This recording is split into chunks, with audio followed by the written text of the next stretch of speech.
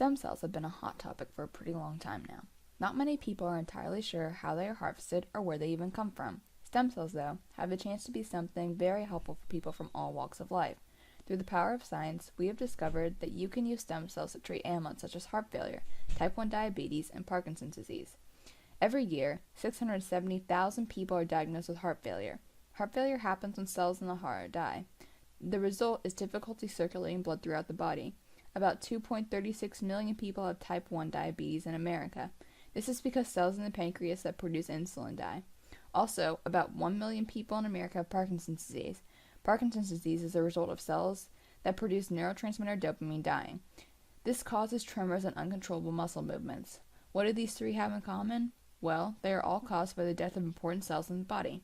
Stem cells could change the lives of the people who have these ailments.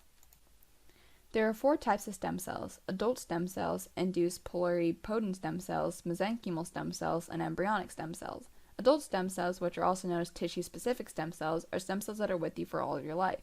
They usually produce cells for whatever organ they are a part of, but can be modified to produce different cells. This is where induced pluripotent stem cells come in.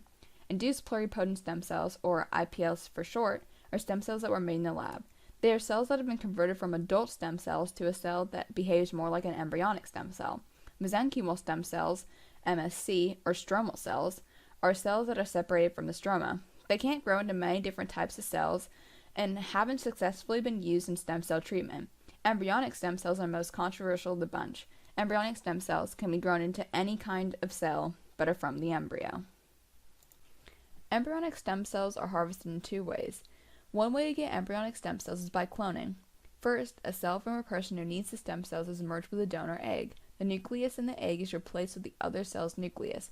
The egg then divides, creating an embryo, so the stem cells can be harvested. Another way to get embryonic stem cells is from in vitro fertilization. In this process, many eggs are fertilized with sperm, and the leftover embryos can be donated. In both cases, the embryo will be destroyed when the stem cells are taken. There are numerous people that this upsets.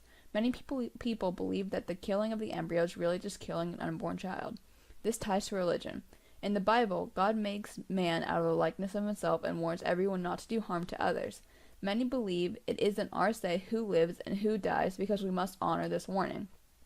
Personally, I disagree with these statements.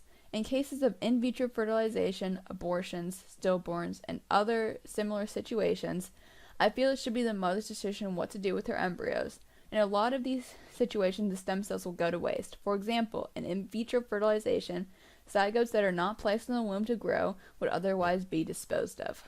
To some, stem cell treatment seems like murder, and others an opportunity to help those who need it. Everyone has the right to believe in whatever they want to believe in, and there is obvious doubt that stem cell treatment can cause. However, the truth is that scientists and doctors alike say stem cell treatment is very promising. There isn't only one way to obtain stem cells. Together, stem cells and some hard work have a chance to save people and make a difference.